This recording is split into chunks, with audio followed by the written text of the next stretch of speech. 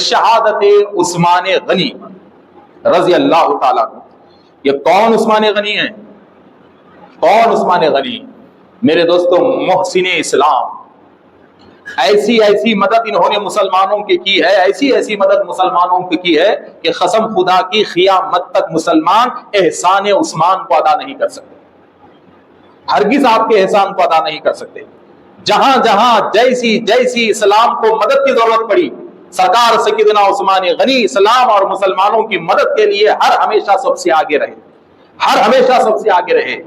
اور تاریخ حضرت عثمان غنی کے چوکھٹ کو بڑے فخر سے بیان کرتی ہے کہ فاقہ مسلمانوں میں گزرا تو دروازہ حضرت عثمان غنی کا پہلے کھلتا ہے۔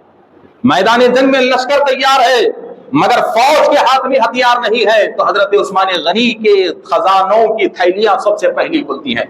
مسلمانوں کا لشکر جا رہا ہے، جانور کمزور ہیں، جانوروں میں جانے کی طاقت نہیں ہے، جانوروں کی کمی ہے، اور لشکر لے کر میدان جنگ میں جانا ضروری ہے اور اسلام کی حقانیت ثابت کرنا ہے۔ تو مضبوط جانوروں کی خریدی کے لیے سرکار عثمان غنی کا پیسہ سب سے پہلے رسول اکرم صلی اللہ علیہ وسلم کے قدموں میں آتا ہے۔ اہل مدینہ میں فاقہ ہے اور اہل مدینہ کے لوگ غریب ہو چکے ہیں، اور فاقے کی بنا پر جو ہجرت کر کے لوگ آ چکے ہیں ان کے گھر میں کھانا نہیں ہے، وہ بڑے بھوکے اور پیاسے ہیں۔ تو اہل مدینہ کی بھوک کو مٹانے کے لیے سب سے پہلے سرکار سیدنا عثمان غنی کا اس دور کے لاکھوں روپیے کا عطیہ آقائد عالم صلی اللہ علیہ وسلم کے قدموں میں آتا ہے۔ ارے کون عثمان غنی میرے دوستو؟ کون عثمان غنی میرے دوستو؟ انہیں یوں ہی میرے غنی نہیں کہا گیا ہے، یوں ہی غنی نہیں کہا گیا ہے۔ قیامت تک لوگ اسلام کے نام پہ کتنا بھی قربان کرتے رہے، کتنا بھی قربان کرتے رہے، کتنا بھی دیتے رہے، کتنا بھی خیرات کرتے رہے، قیامت تک کی ہر خیرات مسلمانوں کی سرکار عثمان غنی کے خیرات کے نیچے رہے گی، آپ کے بانٹنے کے نیچے رہے گی، اور دنیا کے ہر غنی کا نمبر میدان قیامت میں حضرت عثمان غنی کے پاس سے آئے گا، اور دنیا کا کوئی غنی حضرت عثمان غنی کو پار کر کے نہیں جا سکتا۔ یہ سرکار سیدنا عثمان غنی کی شان ہے۔ تو میرے دوستو اور تھوڑا آگے آئیے، دیکھیے کہ کون سیدنا عثمان غنی؟ ذوالنورین جنہیں کہا گیا، ذوالنورین، دو نور والا۔ دو نور والا مطلب کیا ہے؟ آخر وہ دو نور کیا تھے جنہیں ذوالنورین کہا جاتا تھا؟ تو دو نور کا مطلب کیا ہے؟ تو آپ کو بڑا فخر ہوگا، اور جسے نہیں معلوم ہے تاریخ اسے تعجب بھی ہوگا کہ رسول اکرم صلی اللہ علیہ وسلم کی دو بیٹیاں بی بی رقیہ اور بی بی ام کلثوم ایک کے انتقال کے بعد ایک حضرت عثمان غنی کے نکاح میں آئیں۔ گویا رسول اکرم صلی اللہ علیہ وسلم کے دو بیٹیوں کے شوہر سرکار سیدنا عثمان غنی ہیں۔ میرے دوستو، سب سے پہلی بات داماد مصطفیٰ بننا یہ سب سے عظیم منصب ہے۔ تو جب حضرت عثمان غنی رسول اکرم صلی اللہ علیہ وسلم کے داماد بن گئے تو ایک عظیم نسبت حضرت عثمان غنی کو مل گئی، اور سب سے بڑا شرف آپ کو حاصل ہو گیا، اور حضرت عثمان غنی کا مرتبہ لوگوں کو معلوم ہو گیا کہ ان کے نکاح میں رسول اللہ کی بیٹی ہے، اور رسول اللہ نے اپنی بیٹی دیا ہے تو یوں ہی نہیں دیا ہے، کچھ ہے یہ دیکھ کر ہی تو دیا ہے، کچھ مقام و مرتبہ ان کا ہے یہ دیکھ کر ہی دیا ہے۔ مگر کمال یہ ہے کہ پہلی بیٹی کا انتقال ہوا تو پہلی بیٹی کے انتقال کے کچھ دنوں کے بعد سیدنا عثمان غنی رضی اللہ تعالیٰ عنہ دربار رسالت میں آئے اور رسول اکرم صلی اللہ علیہ وسلم کے سامنے ٹھہرے تو میرے نبی نے حضرت عثمان بن عفان رضی اللہ تعالیٰ عنہ سے پوچھا کہ عثمان خیریت تو ہے، کیسے ہیں یہ بتاؤ؟ تو حضرت عثمان رونے لگے، کہا کہ یا رسول اللہ، آپ سے میری نسبت ختم ہو چکی ہے، آپ سے جو میری دامادی کی نسبت تھی وہ ختم ہو چکی ہے۔ تو عثمان پہ اس سے بڑا ظلم کیا ہوگا کہ نبی سے دامادی کی نسبت ختم ہو جائے اور عثمان خیریت سے رہے، میں خیریت سے کیسے رہ سکتا ہوں؟ تو میرے نبی نے خوشخبری سنائی کہ عثمان، میں تمہیں میری ایک اور بیٹی تمہارے نکاح میں دوں گا، اور صحابہ کے سامنے اعلان کیا کہ لوگوں تم عثمان کی ذات کو کیا سمجھتے ہو کہ میں نے دو بیٹیاں ایک کے بعد ایک عثمان کی نکاح میں دی ہیں، تو اپنی ذات سے نہیں دیا ہے، اللہ کے حکم سے میں نے عثمان سے اپنی دو بیٹیوں کا نکاح کیا ہے۔ حضرت جبریل کا پیغام آنے کے بعد میں نے اپنے 2 بیٹیوں کو عثمان کے نکاح میں دیا ہے، اور رسول اللہ کہتے ہیں کہ 2 ہی نہیں، اگر میری 40 بیٹیاں ہوتی اور ایک کے بعد ایک اگر انتقال کر جاتی تو میں تمام بیٹیوں کو عثمان کے نکاح میں دے دیتا۔ ایسی شان سیدنا سرکار عثمان غنی کی۔ اور پھر دیکھیے ایک اور نرالی شان آپ کی، دیکھیے ایک اور نرالی شان کیا ہے۔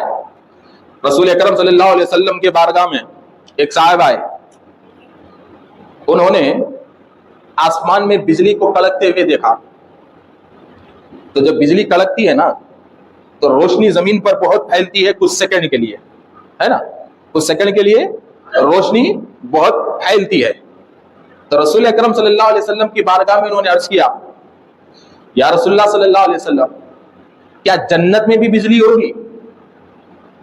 جنت میں بھی کیا بجلی ہوگی؟ جنت میں بھی یعنی چمک، روشنی۔ تو میرے نبی نے کہا سنو جنت کا معاملہ کیا ہوگا۔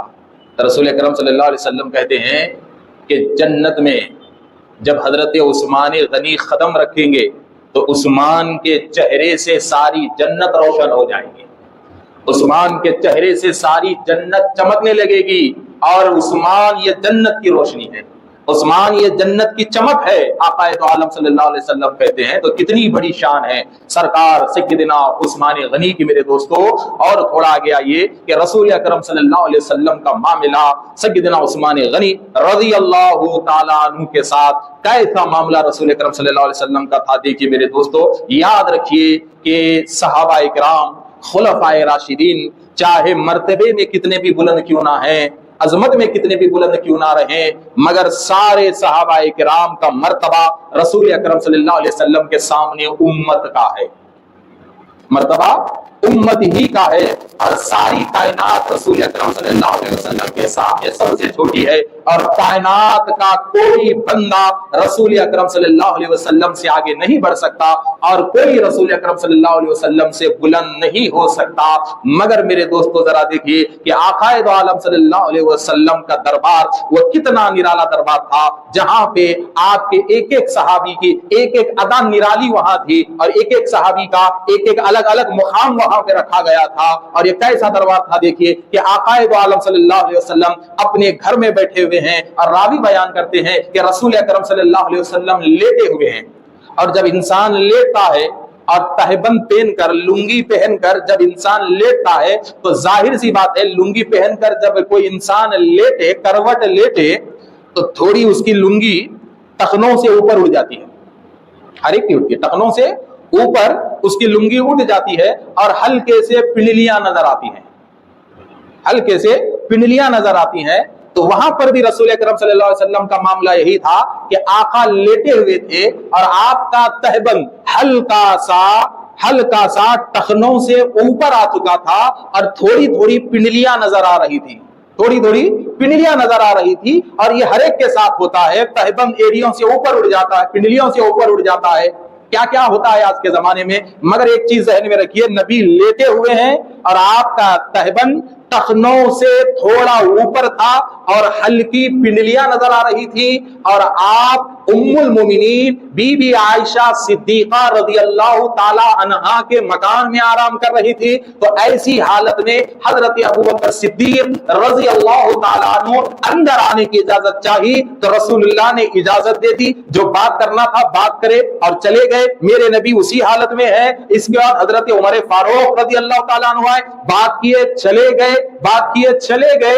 اب باری آئی حضرت سیدنا عثمان ذو النورین رضی اللہ تعالیٰ عنہ کی۔ جب انہوں نے آواز دیا تو پوچھا کون ہے، تو دروازے کے باہر سے آواز آئی، یا رسول اللہ عثمان ہو، اندر آنے کی اجازت چاہتا ہوں۔ تو جیسا ہی میرے نبی نے حضرت عثمان کی آواز سنی تو آقا دو عالم صلی اللہ علیہ وسلم نے فوراً اپنے تہبند کو ٹخنوں تک کر لیا، اور رسول اکرم صلی اللہ علیہ وسلم بیٹھ گئے۔ حضرت عثمان آئے اور بات کیے اور چلے گئے۔ تو ام المومنین نے پوچھا کہ یا رسول اللہ یہ عجب معاملہ ہے، پہلے 2 لوگ آئے تو آپ نے اسی حالت میں ان سے بات کی، اب عثمان آئے تو آپ نے اپنے تہبند کو بھی سیدھا کر لیا اور بیٹھ بھی گئے، آخر ماجرا کیا ہے؟ تو رسول اکرم صلی اللہ علیہ وسلم نے کہا کہ تم نہیں جانتے کہ عثمان بڑے شرمیلے ہیں، دیکھیے آقا کہتے ہیں تمہیں نہیں معلوم کہ عثمان بڑے شرمیلے ہیں، بہت شرم کرنے والے ہیں اور بہت حیا کرنے والے ہیں، اور یہاں تک میرے نبی نے فرمایا کہ عثمان سے فرشتے شرماتے ہیں۔ اتنے شرمیلے حضرت عثمان ہیں، اتنے حیادار حضرت عثمان ہیں، اتنے حیادار حضرت عثمان ہیں کہ رسول اللہ کہتے ہیں کہ عثمان سے فرشتے حیا کرتے ہیں، فرشتے حیا کرتے ہیں۔ تو میرے نبی کہتے ہیں کہ اگر میں اسی حالت میں رہتا اور میرا تہبند اگر ایڑیوں سے اٹھا ہوا رہتا تو عثمان مارے حیا کے اندر نہیں آتے، شرم کے مارے اندر نہیں آتے۔ تو یہ وہ انسان ہے جن سے فرشتے بھی حیا کرتے ہیں، جن سے فرشتے بھی شرماتے ہیں۔ تو کتنا بڑا سرکار سیدنا عثمان غنی کی شان دیکھیے۔ تو رسول اکرم صلی اللہ علیہ وسلم کہتے ہیں کہ عثمان کی شان نرالی ہے۔ کیا نرالی ہے؟ تو رسول اکرم فرماتے ہیں کہ حضرت عثمان کا نماز جنازہ فرشتے ادا کریں گے، آپ کے نماز جنازہ فرشتے ادا کریں گے، اور نماز جنازہ فرشتے ادا کریں گے، اس میں فضیلت بھی حضرت عثمان کی۔ اور اس دور میں ایسا کہنا یہ رسول اللہ صلی اللہ علیہ وسلم کی پیشن گوئی بھی تھی، اس لیے کہ حضرت سیدنا عثمان غنی رضی اللہ تعالیٰ عنہ کی شہادت ایسے خطرناک ماحول میں تھی کہ آپ کا جنازہ پڑھنے کا موقع 3 دن تک کسی کو میسر نہیں ہوا۔ پورا مدینہ میدان جنگ کا ماحول بن چکا تھا، باغیوں کا ہر طرف قبضہ ہو چکا تھا، ہر طرف باغیوں کا قبضہ ہو چکا تھا۔ ایسے خطرناک ماحول میں جنازہ پڑھنا آپ کا مشکل تھا۔ تو سرکار سیدنا عثمان غنی کے مرتبے کا رسول اللہ بتاتے ہیں کہ ذات عثمان یہ ہے کہ ان کی جنازہ فرشتے پڑھیں گے، فرشتے جنازہ پڑھیں گے۔ تو حضرات محترم، تو بس ایک چیز یاد رکھیے، ایک چیز یاد رکھیے کہ رسول اکرم صلی اللہ علیہ وسلم کے بعد اہل اسلام کو اور مسلمانوں کو صحابہ کا ادب انتہائی ضروری ہے، اور ہر ایک پہ صحابہ کا ادب لازم ہے۔ اور پھر تمام صحابہ کرام میں خلفائے راشدین سیدنا ابوبکر صدیق رضی اللہ تعالیٰ عنہ، سیدنا عمر فاروق رضی اللہ تعالیٰ عنہ، سیدنا عثمان غنی اور سیدنا مولا علی مشکل کشا رضی اللہ تعالیٰ عنہ، یہ 4 شخصیتوں کا ادب سارے صحابہ کے ادب میں یہ سب سے نازک ادب ہے، اس لیے کہ ان کی بے ادبی کفر ہے، ان 4 حضرات کی بے ادبی کفر ہے۔